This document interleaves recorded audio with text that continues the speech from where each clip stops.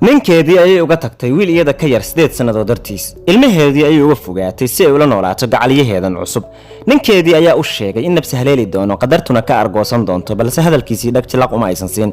ma rumaysan kartid waxa ku dhacay jilaayada Turkiga ah ee Toba Soomaaliduna ku baratay magaca Caasi oo ay daawan jireen musalsal ay magacaas ku dhigi jirtay agtaradani hadda halkii ay ku sugan tahay intii uu socday duubida musalsalka Caasi ayay Toba la kulantay jilaaga la yiraahdo Ondor waxay kamid ahayd atarishooyinka ugu quruxda badan wadanka Turkiga waxayna lahayd malaayiin dad oo iyada jecel aktarka Onur ayaa ku dhacay jacaylkeeda waxa uuna u soo dhawaanayay muddo ku siman 4 sanadood oo uu raadinayay bal in uu wadnaheeda kasbado waxay diiday wax ka badan hal mar hase yeeshee kama uusan daalin inuu ku soo celceliyo rabitaankiisa ugu dambeyn way ka aqbashay dalabkiisa waxayna ka yeeshay inay xiriir la samayso intaasi kaliya isaga ma anfacayn Onur wuxuu ahaa mid iyada u jecel si wali ah waxa uu doonayay inuu guursado sida ugu dhaqsaha badan si uusan u helin iyada qof kale inkastoo ay kadiisa ku noqotay bandhigashada guurka iyada hase yeeshee waxay ixtiraamtay sida uu u rabo iyada way ka yeeshay guurkii waxa uu noqday qofkii ugu farxadda badan dunida farxaddii uu farxay darteedna waxa uu u sameeyay aroos aadan rumaysan karin oo noociisa oo kale uusan adduunkan ka dhicin sanadii 2011 gurkooda kadib noloshoodu waxay noqotay mid romansi ah una socota si qurux badan waxayna Toba jilaagaas u dhashay 2 gabdhood waxayna ahaayeen qoys qurux badan nasiib darro farxadoodii way soo aftarantay kadib markii ay soo kala dhex galeen mushkilado Toba waxay aad ugu xanaaqsanayd in ay ka fogaatay fanka daraamada iyo musalsal samaynta ee Turkiga muddo ku siman 2 sanadood taas oo ay sababteeda lahayd guurka iyo uurkii ay qaadaysay ninkeeduna waaba uu u diidanaa in ay daraamada dib ugu laabato waayo waxa uu ahaa mid aad uga masayra nimanka ay jilniinka la sameynayso badan ayay baryeysay in ay ku laabato daraamada ugu dambeyn waa uu ka yeelay waxa uuna ku xiray hal shardi taas oo ah hadii uu isagu wax jilayo in ay iyadu ilmaha sii hayso inta ay shaqadiis u socoto hadii ay iyadu wax jilaysana uu isagu bedelo oo ilmaha sii hayo yaani toka bitoka si aysan gabdhahoodu u dareemin cidlo ayuu uga codsaday arrinkaas Toba waa ay aqbashay shuruudahaas balse sanad kadib waxa dhacay arrin yaab leh waxa laga codsaday inay jisho musalsal dhammaan dadku ay wada sugayeen waxaana loo ballan qaaday lacagaad u fara badan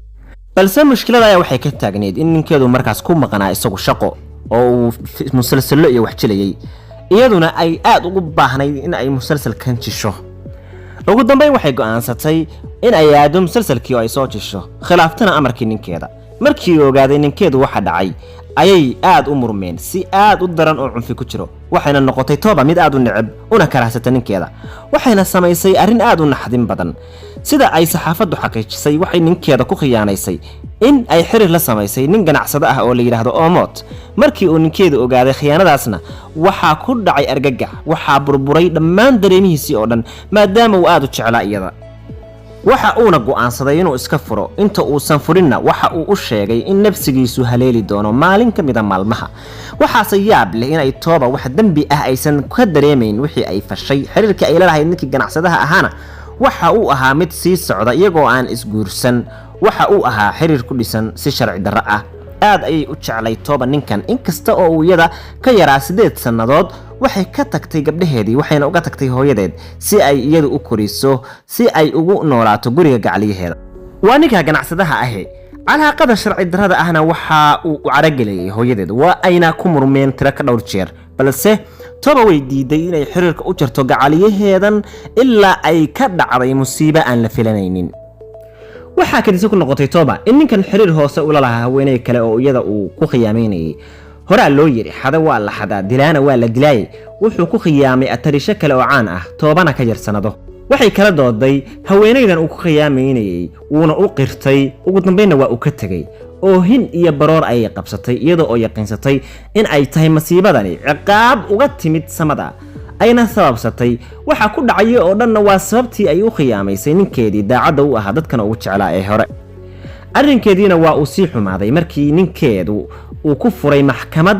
si uu uga qaato labadiisa gabdhood waxa uuna maxkamadda u xaqiijiyay inay tahay haweeney aan lagu aamini karin barbaarinta carruurta awoodna u lahayn inay ilmaheeda danayso